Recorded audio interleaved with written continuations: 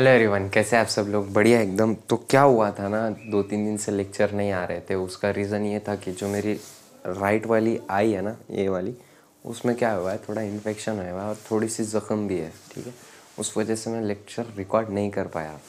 और वैसे बोला जाए तो 7 दिन का बेड रेस्ट बोला हुआ है मेरे को, लेकिन स्टिल आपके बहुत सारे कमेंट्स थे कि भैया लेक्चर सीरीज़ वापस स्टार्ट करो जल्दी से, इसलिए मैं आपके सामने आ गया हूँ।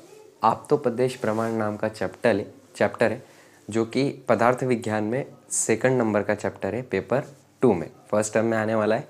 और ये चैप्टर जैसे ही ख़त्म हो जाता है, इसके 2 पार्ट गिरने वाले हैं। ये चैप्टर ख़त्म हो गया तो समझो हमारा पदार्थ विज्ञान फर्स्ट टर्म ख़त्म हो जाएगा। एक और बात बोल देना चाहता मैं, अगर आप ये डायरेक्टली देख रहे होंगे तो आपको समझ में नहीं आएगा। आपको पहले आयुर्वेद निरूपण देखना पड़ेगा, तभी आपको ये क्लियरिटी समझ में आएगी। और उसके साथ साथ परीक्षा विज्ञानियम भी देखना पड़ेगा। ठीक है, ऑलरेडी रिकॉर्ड करके रखा हुआ है, प्लेलिस्ट जाके देख सकते हो आप।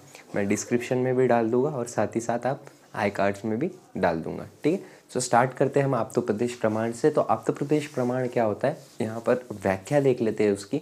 आप्तोपदेश शब्द, ये आप्त का मतलब क्या है? सबसे पहले चैप्टर स्टार्ट हो रहा है तो आप्त का मतलब क्या है?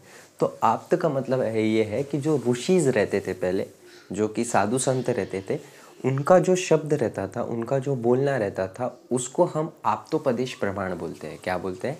आप्तोपदेश प्रमाण। क्या बोलते हैं? आप्तोपदेश प्रमाण। मतलब क्या होता है इसका, कि जो आप्त ने बोल दिया है, जो वर्ड्स बोल दिए उन्होंने, जो पद बोल दिए उन्होंने, जो भी चीज़ बोल दी है उन्होंने, उसको हम आप्तोपदेश प्रमाण बोलते हैं। ठीक है, जैसे जैसे चैप्टर में आगे बढ़ेंगे हम, जैसे जैसे अध्याय में आगे बढ़ेंगे, वैसे वैसे आपको क्लियरिटी बहुत ज़्यादा आते जाएगी इस चीज़ के बारे में कि आप्तोपदेश प्रमाण क्या है। इतना समझ गया सबसे पहले कि आप्तोपदेश प्रमाण का मतलब क्या होता है।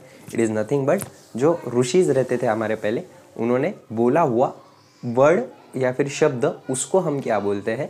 उसको हम आप्तोपदेश प्रमाण बोलते हैं। ठीक है, उसके बाद आप्त व्यक्ति ने बोला हुआ शब्द है। उसके बाद हम पर्याय देख लेते हैं इसके।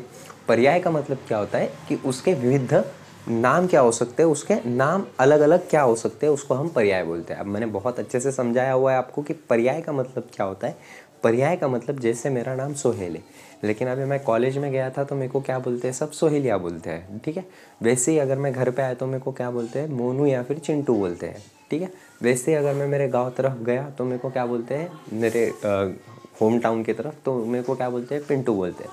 तो वेरियस नाम बदलते जाते हैं एरिया वाइज। तो यहीं पर इसके भी कुछ नाम बदल सकते हैं, लेकिन उसका मतलब क्या होगा कि आप्तोपदेशी होगा। ठीक है, इसके पर्याय क्या है? इतिह, उसके बाद आगम, उसके बाद श्रुति, उसके बाद शब्द, उसके बाद आप्त वचन। ये उसके क्या हो गए? ये उसके हमारे पर्याय हो गए। ठीक है, उसके बाद आप्त प्रमाण ने क्या क्या स्वीकारा हुआ है, क्या क्या उन्होंने स्वीकारा हुआ है, मतलब क्या क्या उन्होंने अडॉप्ट किया, मतलब क्या क्या उन्होंने एक्सेप्ट किया हुआ है, कौन सी चीज़ें एक्सेप्ट की गई हुई है आप्तों के द्वारा, मतलब ऋषिज के द्वारा। ऋषिज ने पढ़ के वो चीज़ उसको स्वीकार कर लिया या फिर एक्सेप्ट कर लिया, तो वो कौन सी चीज़ें हैं? तो सबसे पहले है सांख्य दर्शन। अब ये सांख्य दर्शन क्या है, ये दर्शन में हम डिटेल में पढ़ने वाले हैं। आप मेरे को बोल दीजिएगा कि दर्शन जो है, दर्शन मतलब होता है फिलोसॉफी।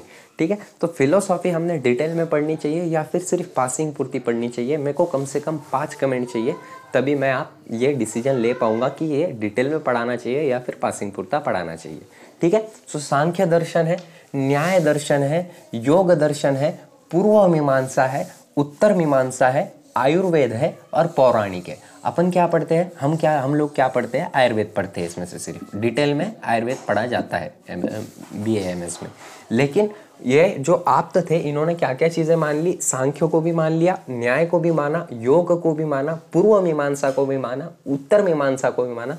आयुर्वेद हम पढ़ने ही वाले हैं डिटेल में, और स्टार्ट भी कर दिया है हमने पढ़ना। आप चैनल पे एक बार विजिट कर लीजिएगा, आपको हर प्लेलिस्ट मिल जाएगी वहाँ पर। उसके बाद पौराणिक मतलब जो भी वेद है हमारे, उसको भी माना हुआ है। अथर्ववेद, यजुर्वेद, ऐसे 4 टाइप के वेद होते हैं, उसको भी माना हुआ है। ये वेद कहाँ पर देखेंगे हम? आयुर्वेद इतिहास में डिटेल में देखेंगे। ठीक है, उसके बाद हम आप्त का स्वरूप देखते हैं। आप्त स्वरूप मतलब, आप्त स्वरूप का मतलब क्या होता है? तो आप्तस्तु यथार्थ वक्ता। आप्तस्तु यथार्थ वक्ता मतलब स्थिति जैसी है वैसी बताने वाला, मतलब उसमें ना नमक मिर्ची डालने वाला ना कुछ। जैसे आपने हमारे दोस्त होते कि वो बातों को बड़ा चढ़ा के बोलते हैं, तो ये बातों को बड़ा चढ़ा के बोलते हैं क्या? नहीं, जैसी कंडीशन है वैसी ही बताने वाले जो ऋषिज होते हैं उनको क्या बोलते हैं हम? उनका स्वरूप क्या है? आप्तस्तु यथार्थ वक्ता, मतलब जैसा स्वरूप है वैसे ही बताने वाले। ठीक है, तो यहाँ पर कभी कभी डिस्टर्बेंस आ जाता है, कभी ज़्यादा चिल्लाने की आवाज़ें, इसलिए बंद करना पड़ता है वीडियो। चलो ठीक है, कोई नहीं। आप्तस्तु यथार्थ वक्ता, ये तो बोल दिया मैंने, जैसी स्थिति है वैसे ही बोलने वाले, मतलब जो स्थिति है जैसी कंडीशन है वैसे ही चीज़ों को बताने वाले रहते हैं ये। ठीक है, ये उसकी व्याख्या भी हो सकती है, व्याख्या में भी आप ये लिख सकते हो उसकी। अब इसका स्वरूप क्या है? स्वरूप, आप्त का स्वरूप क्या है? मतलब उनमें कौन सी चीज़ें होती है, उस चीज़ को हम क्या बोलते हैं? स्वरूप बोलते हैं। ठीक है, उनका बिहेवियर कैसा होता है, उनके अंदर क्या क्या चीज़ें इंक्लूड होनी चाहिए, उनके कैरेक्टरिस्टिक्स कैसे है, वो यहाँ पर स्वरूप की तरफ देख लेते हैं हम। तप एवं ज्ञान, तप मतलब क्या होता कि आपने बहुत बार सुना होगा कि बहुत सारे ऋषिज ऐसे थे, जैसे कि एग्जाम्पल के तौर पे गौतम बुद्ध, तो मेरे आँखें के सामने फेड हो रहा है ये आग की वजह से, मतलब ये आग से बहुत कम दिख रहा है मेरे को। तो गौतम बुद्ध जो थे उन्होंने क्या किया था कि एक झाड़ के पिपली के झाड़ के नीचे बैठे थे और वहाँ पर उन्होंने तप किया था। मतलब तप करना मतलब क्या होता है कि एक इसमें बैठना, आसन में बैठना, और मतलब जो ऋषि लोग रहते हैं ना वो बैठते हैं देखो ध्यान में, तो वो ध्यान में बैठे हुए रहने की वजह से उनको ज्ञान का स्मरण होता है, और उस स्मरण के वजह से वो सामर्थ्य के वजह से वो रज एवं तम से मुक्त हो जाते हैं। अब रज मतलब चंचलता मतलब थोड़ा मस्ती मजाक तो रहता है ना, उससे ये क्या हो जाते हैं? मुक्त हो जाते हैं। ठीक है, मस्ती और तम से, मस्ती मतलब जो मस्ती करते हैं ना हम बचपन में, छोटे छोटे रहते हैं हम, इधर झगड़े मस्ती ये सब चीज़ें, उसको रज बोलते हैं। और तम मतलब क्या होता है? अज्ञान, मतलब ज्ञान का न होना, इसको अज्ञान बोलते हैं हम। ठीक है, इलिटरेसी, ठीक है, इसको अज्ञान बोलते हैं। तो इससे क्या होते हैं? वो मुक्त होते हैं। क्या होते हैं? मुक्त होते हैं, मतलब वो एजुकेटेड रहते हैं और उनमें बिल्कुल एकदम साधारण लाइफ जीते हैं वो आप्त लोग। ठीक है, उसके बाद आप्त का मतलब क्या होता है? तो प्रामाणिक होता है। प्रामाणिक मतलब ऑनेस्टी रहती है उनमें बहुत ज़्यादा। क्या रहती है? ऑनेस्टी। उसके बाद शिष्टा मतलब वो जग का व्यवहार चलाते हैं। जग का व्यवहार चलाते हैं, कैसे चलाते हैं? जैसे धर्म गुरु देखे होंगे आपने, बहुत सारा मौलवी हो गया, प्रीस्ट हो गए और साधु हो गए हमारे जो मंदिर में रहते, वो पूरा ज्ञान चलाते हैं। अगर धर्म नहीं रहा इस दुनिया में तो क्या होगा? बहुत ज़्यादा मुश्किल हो जाएगी, दिक्कत हो जाएगी। तो ये व्यवहार भी चलाते हैं। क्या चलाते हैं? व्यवहार चलाते हैं। उसके बाद विबुद्ध रहते हैं। ये विबुद्ध रहते मतलब इनमें स्पेशल बुद्धि रहती है, एक IQ इनका बहुत बढ़िया रहता है।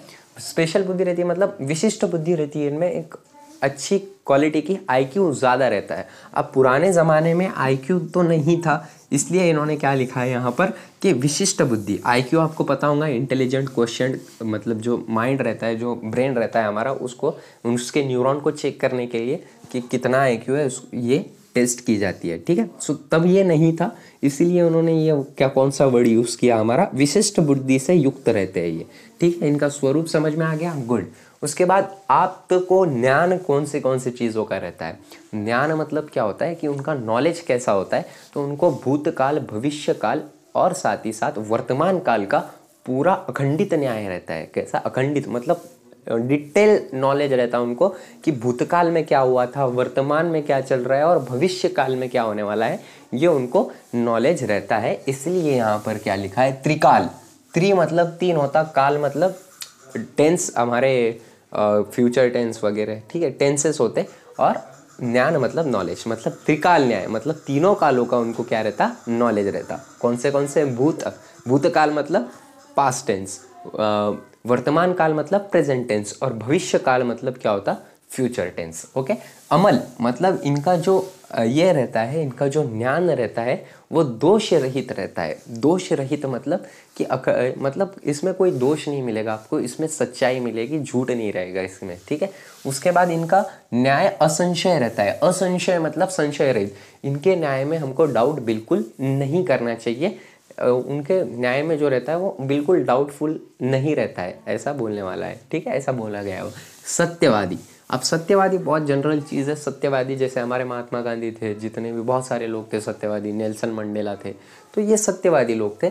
तो ये सत्यवादी रहते, इनका न्याय कैसा रहता? सत्यवादी रहता। कैसा? सत्य के आधार पे रहता, ट्रूथफुलनेस के आधार पे इनका नॉलेज रहता है। उसके बाद शब्द का मतलब क्या होता है? आप्त वाक्य, आप्त शब्द।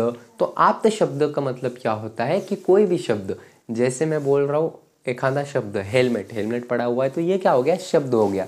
और उसी के साथ साथ आप्त वाक्य, वाक्य भी है, वो भी देखेंगे हम। तो आप्त शब्द समझ में आ गया कि उन्होंने बोला हुआ शब्द एक आधा, ठीक है, जो आप्त ने बोला हुआ है। आप्त कौन है? आपको समझ में आ गया होगा, ऋषि जो रहते थे हमारे, ऋषि जो पुराने ज़माने में रहते थे, उनको क्या बोलते हैं? हम आप्त बोलते हैं। और आप्त ने बोला हुआ शब्द, जैसे हेलमेट उन्होंने एग्जाम्पल के तौर पर बोला होगा, तो वो उनका शब्द होगा, बोला हुआ। तो आप्त वाक्य शब्द, ठीक है, तो ये उनका शब्द है। ये शब्द दो प्रकार के हो सकते हैं, एक वर्णात्मक और एक ध्वनात्मक। कौन से? यहीं पर याद कर लो। मेरा मोटिव ये रहता है कि आपको लेक्चर में ही सारी चीज़ें याद हो जाए। आप मेरे को कमेंट सेक्शन में बता देना आपको याद होती है क्या। तो शब्द के दो प्रकार रहते हैं, एक वर्णात्मक और एक ध्वनात्मक। वर्णात्मक का मतलब क्या होता? जो वर्णों से बना हुआ है। वर्णों से मतलब जो भाषा है, जो मैं आपसे बोल रहा हूँ, ये हिंदी भाषा है। Now I am telling to you, it is a English, ठीक है। और उसके बाद मी तुम्हाला सांगत आहे, ये होगी मराठी। तो ये बहुत सारे लैंग्वेज हो सकते हैं, कन्नड़ वगैरह, बहुत सारे लैंग्वेजेस हो सकते हैं। तो जो बहुत लैंग्वेजेस है उनको हम कहाँ पर डालते हैं? वर्णात्मक, वर्ण से बनी हुई। वर्ण मतलब क्या होता? अल्फ़ाबेट्स। तो अल्फ़ाबेट्स से बनी हुई लैंग्वेज को, शब्द को हम क्या बोलते हैं? वर्णात्मक। व्याराज ध्वनात्मक, ध्वनात्मक मतलब कोई भी वाणी से निकला हुआ शब्द, कोई भी इंस्ट्रूमेंट से निकला हुआ शब्द को हम क्या बोलते हैं? ध्वनात्मक बोलते हैं। इंस्ट्रूमेंट मतलब जैसे तबला हो गया, फिर पियानो हो गया, आज के टाइम में तो गिटार चलता है।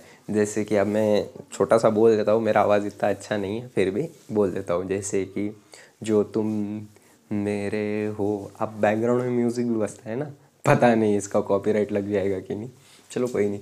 उसके बाद वाक्य, वाक्य मतलब क्या होता है? वाक्यस्य पद समूह। वाक्यस्य पद समूह मतलब जो अर्थपूर्ण शब्द का समूह है, अर्थपूर्ण शब्दों का समूह। जैसे अब मैं बोल रहा हूँ गाड़ी, इधर दिख रहा है क्या आपको? गाड़ी, बैल, घोड़ा, ठीक है, चले,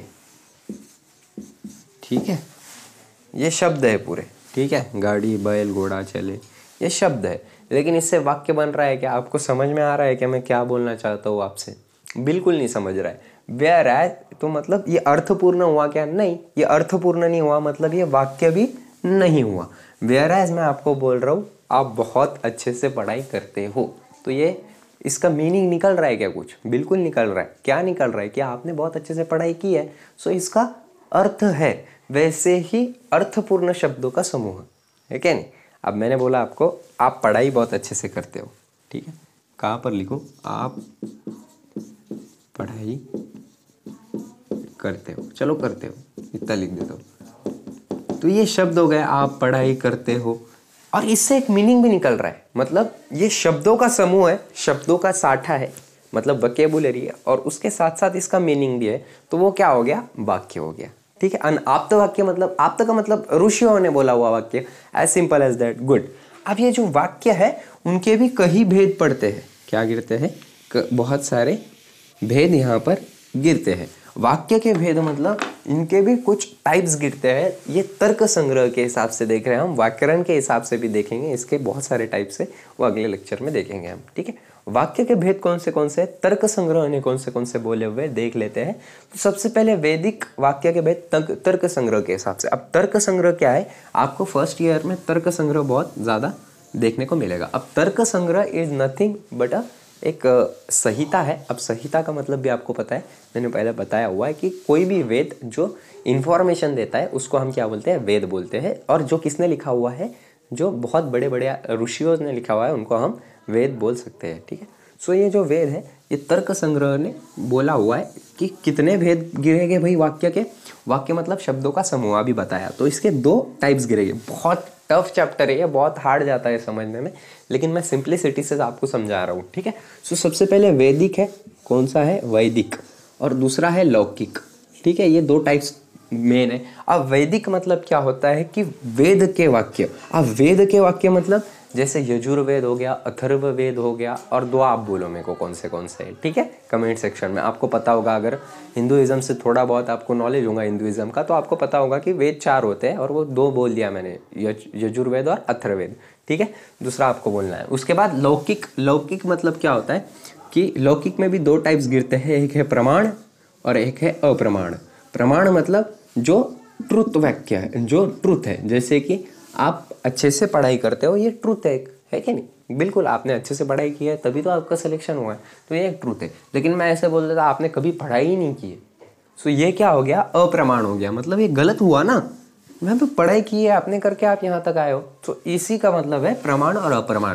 प्रमाण मतलब जो आप्त ने उच्चारे हुए हैं। आप्त कौन है? जो ऋषि है। अब मैं ऋषि नहीं हूँ, लेकिन फिर भी मैंने सच्चाई बोली तो मैं ये वाक्य में क्या हो गया? ऋषि हो गया। लेकिन अप्रमाण मतलब जो अजाप्त ने बोले हुआ है, जो झूठ बोल रहा है। जैसे मैंने आपको अभी झूठ बोल दिया कि आपने पढ़ाई नहीं की है, कुछ नहीं किया, ठीक है, तो ये भी एक झूठ हो गया। लेकिन आपने पढ़ाई की है क्या? बिल्कुल। तो पहला वाक्य मेरा जो था वो ट्रुथ था और दूसरा जो वाक्य था वो गलत था, ठीक है। इसके बाद हम इसके आगे का कंटिन्यू करेंगे। ये फर्स्ट पार्ट था, सेकंड पार्ट भी आप देख लीजिएगा, आपको पूरा क्लियर हो जाएगा, ठीक है। सेकंड पार्ट में शायद ये ख़त्म हो जाएगा, लेट मी चेक। नहीं, सेकंड में नहीं ख़त्म होगा, इसके 3 लेक्चर बनेंगे, ठीक है। सो तीनों लेक्चर आपको देखने पड़ेंगे। So thank you so much, have a great day. और अगर अभी तक आपने टेलीग्राम का चैनल फॉलो नहीं किया होगा तो वो एक बार फॉलो कर लीजिएगा, ताकि आपको सारे बुक्स अवेलेबल वहाँ पर मैं करा के देने वाला हूँ जल्दी से जल्दी PDF फॉर्मेट में, ठीक है। और नए अपडेट्स भी वहाँ पर आते हैं, जैसे कि स्कॉलरशिप हो गई वगैरह वगैरह, ठीक है। So thank you so much, have a great day. I hope आपको BAMS फर्स्ट प्रूफ बराबर से जा रहा होगा। जय हिंद।